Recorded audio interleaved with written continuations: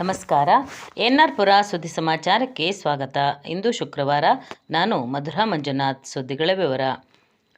ತಾಲೂಕು ಕಚೇರಿ ಸಮೀಪದಲ್ಲಿ ಶೃಂಗೇರಿ ಕ್ಷೇತ್ರ ರೈತ ಒಕ್ಕೂಟದ ಎನ್.ಆರ್. ಪುರ ಹಾಗೂ ಕೊಪ್ಪ ಕಚೇರಿಗಳ ಉದ್ಘಾಟನೆ ಸಮಾರಂಭವು ಫೆಬ್ರವರಿ 21 ಶನಿವಾರ ಬೆಳಗ್ಗೆ 10 ಗಂಟೆಗೆ ಉದ್ಘಾಟನೆಗೊಳ್ಳಲಿದೆ ಎಂದು ಶೃಂಗೇರಿ ಕ್ಷೇತ್ರ ರೈತ ಒಕ್ಕೂಟದ ಕಾರ್ಯಾಧ್ಯಕ್ಷ ಎಂ.ಎನ್. ನಾಗೇಶ್ ಹೇಳಿದರು. ಅವರು ಬುಧವಾರ ಪತ್ರಿಕಾ ಭವನದಲ್ಲಿ ಪತ್ರಿಕಾಗೋಷ್ಠಿಯಲ್ಲಿ ಮಾತನಾಡಿದರು. ಫೆಬ್ರವರಿ 21ರಂದು ಕಚೇರಿ ಉದ್ಘಾಟನೆಯೊಂದಿಗೆ ನೂತನ ಪದಾಧಿಕಾರಿಗಳ ಪದಗ್ರಹಣ ಸಮಾರಂಭವು ಕಚೇರಿ ಎದುರು ಇರುವ ಲಿಟ್ಲ್ ಫ್ಲವರ್ ಚರ್ಚ್ ಸಮುದಾಯ ಭವನದಲ್ಲಿ ನಡೆಯಲಿದೆ. ಈಗಾಗಲೇ ಶೃಂಗೇರಿ ಕ್ಷೇತ್ರ ರೈತ ಒಕ್ಕೂಟದ ಅಧ್ಯಕ್ಷರಾಗಿ ಗದ್ದೆಮನೆ ಟ್ರಸ್ಟ್ ಅಧ್ಯಕ್ಷ ಗದ್ದೆಮನೆ ವಿಶ್ವನಾಥ್, ಗೌರವಾಧ್ಯಕ್ಷರಾಗಿ ರಾಮಸ್ವಾಮಿ ಶೆಟ್ಟಿಗದ್ದೆ ಹಾಗೂ ಕಾರ್ಯಾಧ್ಯಕ್ಷರಾಗಿ ನಾನು ಆಯ್ಕೆಯಾಗಿದ್ದು, ಉಳಿದ ಪದಾಧಿಕಾರಿಗಳನ್ನು ಶನಿವಾರ ಉದ್ಘಾಟನಾ ಸಮಾರಂಭದಲ್ಲಿ ಅಧಿಕೃತವಾಗಿ ಘೋಷಿಸಲಾಗುವುದು. ನೇಗಿಲಿಗೆ ಪುಷ್ಪಾರ್ಚನೆ ಮಾಡುವುದರ ಮೂಲಕ ಸಮಾರಂಭವನ್ನು ಉದ್ಘಾಟಿಸಲಾಗುವುದು. ನಂತರ ರೈತಗೀತೆಯನ್ನು ಹಾಡಲಾಗುವುದು. ಈ ಸಮಾರಂಭಕ್ಕೆ ರೈತಪರವಾದ ಹೋರಾಟಗಾರರು, ರೈತಪರವಾದ ಎಲ್ಲ ಸಂಘಟನೆಗಳು, ಸಂಘ ಸಂಸ್ಥೆಗಳು, ಪದಾಧಿಕಾರಿಗಳು ಆಗಮಿಸಬೇಕು ಎಂದು ಮನವಿ ಮಾಡಿದರು. ಕೊಪ್ಪ ಹಾಗೂ ಎನ್.ಆರ್. ಪುರದ ರೈತ ಒಕ್ಕೂಟದ ಕಚೇರಿಗಳನ್ನು ಒಂದೇ ಸಮಾರಂಭದಲ್ಲಿ ಉದ್ಘಾಟಿಸಲಾಗುವುದು. ರೈತರು ಆನ್ಲೈನ್ ಮೂಲಕ ಅರ್ಜಿ ಹಾಕುವ ಮೊಬೈಲ್ ಆ್ಯಪ್ ಹಾಗೂ ವೆಬ್ಸೈಟ್ ಅನ್ನು ಕೂಡ ಅಂದು ಅನಾವರಣಗೊಳಿಸಲಾಗುವುದು. ಬಾಳೆಹೊನ್ನೂರು ಹಾಗೂ ಶೃಂಗೇರಿಯಲ್ಲಿ ಕಚೇರಿ ಸ್ಥಳವನ್ನು ನಿರ್ಧರಿಸಿ ಮುಂದಿನ ದಿನಗಳಲ್ಲಿ ಅಲ್ಲೂ ಕೂಡ ಕಚೇರಿಗಳನ್ನು ತೆರೆಯಲಾಗುವುದು. ಕಚೇರಿಯಲ್ಲಿ ಪ್ರತಿದಿನ ಸಿಬ್ಬಂದಿಗಳಿರುತ್ತಾರೆ. ಭಾನುವಾರ ಹೊರತುಪಡಿಸಿ ಪ್ರತಿನಿತ್ಯ ಬೆಳಗ್ಗೆ 10ರಿಂದ ಸಂಜೆ 5 ಗಂಟೆಯವರೆಗೆ ರೈತರ ಸಮಸ್ಯೆಗಳನ್ನು ಆಲಿಸಲಾಗುವುದು. ರೈತರಿಗೆ ಉಚಿತವಾಗಿ ಪಹಣಿಯನ್ನು ನೀಡಲು ನಿರ್ಧರಿಸಲಾಗಿದೆ ಎಂದರು. ಈ ಸಂದರ್ಭದಲ್ಲಿ ಒಕ್ಕೂಟದ ಪದಾಧಿಕಾರಿಗಳಾದ ಹಂಚಿನಮನೆ ರಾಘವೇಂದ್ರ, ಗದ್ದೆಮನೆ ಸತೀಶ್, ಮೂಡಬಾಗಿಲು ಸಚಿನ್, ಮಾವಿನಮನೆ ವಿಕಾಸ್ ಇದ್ದರು. ಅದೇ ರೀತಿ ಈಗೇನು ಅರಣ್ಯದ ದೊಡ್ಡ ಕಾರಣಗಳು ಏನು ಸೆಕ್ಷನ್ 4 BC ರಿಸರ್ವ್, ಸುಪ್ರೀಂ ಬೆಟ್ಟ ಈ ಥರದ ವಿಚಾರವಾಗಿ ಹೋರಾಟ ನಡೆಸ್ತಾ ಇದ್ದೀವಿ.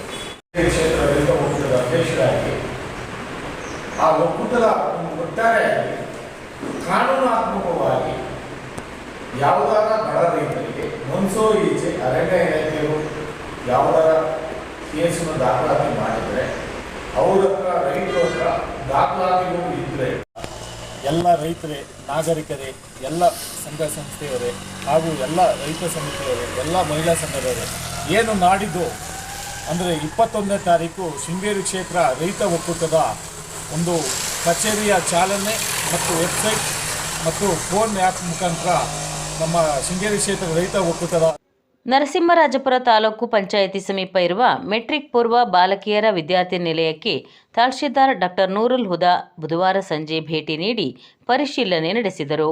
ಅಡಿಗೆ ಮನೆ, ಹಾಸ್ಟೆಲ್ ಕೊಠಡಿ ಪರಿಶೀಲನೆ ನಡೆಸಿದರು. ಈ ಸಂದರ್ಭದಲ್ಲಿ ಮಕ್ಕಳೊಂದಿಗೆ ಮಾತನಾಡಿ, ಯಾವುದೇ ಕಷ್ಟ ಬಂದಾಗ ಹೆದರದೆ ಪೋಷಕರು, ಶಿಕ್ಷಕರೊಂದಿಗೆ ಹಂಚಿಕೊಳ್ಳಬೇಕು, ಸಮಸ್ಯೆಗಳನ್ನು ಧೈರ್ಯದಿಂದ ಎದುರಿಸಬೇಕು, ಆತ್ಮವಿಶ್ವಾಸ ಬೆಳೆಸಿಕೊಳ್ಳಬೇಕು ಎಂದು ಸಲಹೆ ನೀಡಿದರು. ನಂತರ ಎಸ್ಎಸ್ಎಲ್ಸಿ ಮಕ್ಕಳ ಪೂರ್ವ ತಯಾರಿ ಬಗ್ಗೆ ಎಸ್ಎಸ್ಎಲ್ಸಿ ವಿದ್ಯಾರ್ಥಿನಿಯರೊಂದಿಗೆ ಚರ್ಚೆ ನಡೆಸಿದರು. ಸ್ವಲ್ಪ ಹೊತ್ತು ಗಣಿತದ ಪಾಠ ಮಾಡಿದರು. ನಂತರ ವಿದ್ಯಾರ್ಥಿನಿಯರೊಂದಿಗೆ ಸಹಭೋಜನ ನಡೆಸಿದರು. ಈ ಸಂದರ್ಭದಲ್ಲಿ ಗ್ರಾಮ ಆಡಳಿತಾಧಿಕಾರಿ ಸಾನಿಯಾ, ಕ್ಷೇತ್ರ ಸಂಪನ್ಮೂಲ ಕೇಂದ್ರದ BRP Sandeep, warden Ashwini, hostel ಸಿಬ್ಬಂದಿಗಳು ಇದ್ದರು.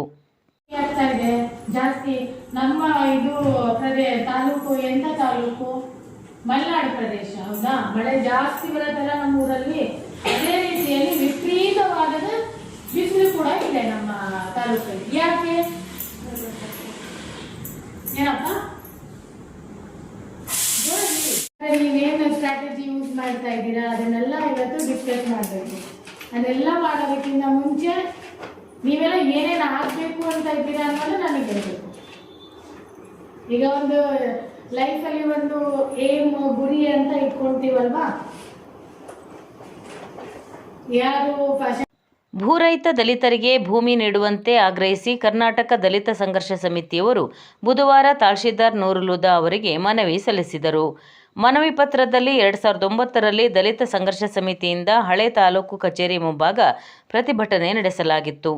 ತಾಲೂಕಿನ ರಾವೂರು ಗ್ರಾಮದ ಸರ್ವೆ ನಂಬರ್ 157ರಲ್ಲಿ 10 ಎಕರೆ, 159ರಲ್ಲಿ 16.16 ಎಕರೆ, ಶಿರಗಳಲೆ ಗ್ರಾಮದ ಸರ್ವೆ ನಂಬರ್ 127ರಲ್ಲಿ 45 ಎಕರೆ, ನಾಗಲಾಪುರ ಗ್ರಾಮದ ಸರ್ವೆ ನಂಬರ್ 28ರಲ್ಲಿ 70 ಎಕರೆ ಜಮೀನಿದ್ದು ಒಟ್ಟು 141.16 ಎಕರೆ ಜಮೀನನ್ನು ಭೂರಹಿತ ದಲಿತರಿಗೆ ಮಂಜೂರು ಮಾಡುವ ಉದ್ದೇಶಕ್ಕಾಗಿ ಇಲಾಖೆಯಿಂದ ಸರ್ವೆ ಮಾಡಿಸಿ ಗುರುತಿಸಲಾಗಿತ್ತು.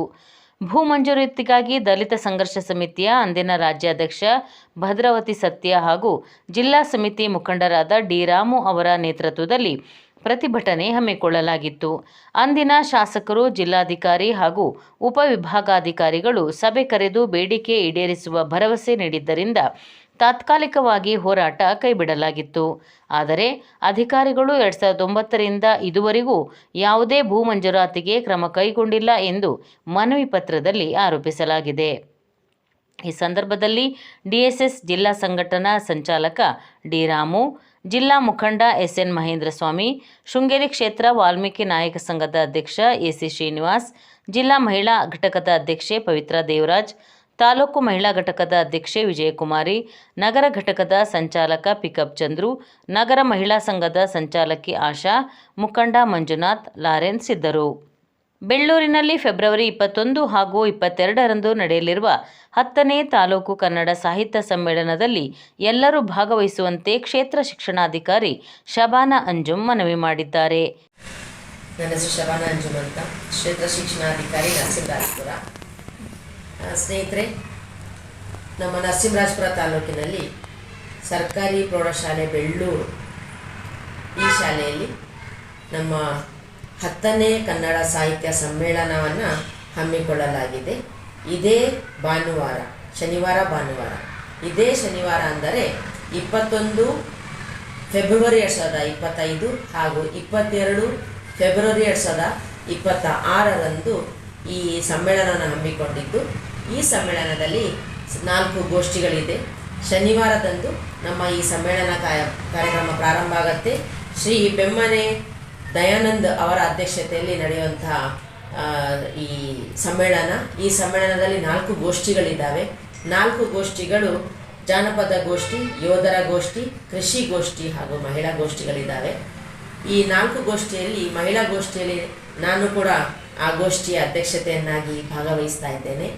ಇಲ್ಲಿ ನಾನು ಕರೆ ಕೊಡಕ್ಕೆ ಇಚ್ಛಿಸೋದು ನನ್ನ ವ್ಯಾಪ್ತಿಯಲ್ಲಿ ಬರುವಂತಹ ಶಿಕ್ಷಕರಿಗೆ, ಪ್ರಿಯ ಶಿಕ್ಷಕರೇ, ಕನ್ನಡ ಅಂದಾಗ ಕನ್ನಡವೇ ನಮ್ಮ ಉಸಿರು, ಕನ್ನಡವೇ ನಮ್ಮ ಜೀವನದ ಒಂದು ಸಾಲು. ಅದಕ್ಕಾಗಿ ತಮಗೆಲ್ಲರಿಗೂ ಕರೆಯನ್ನು ಕೊಡ್ತಾ ಇದ್ದೇವೆ.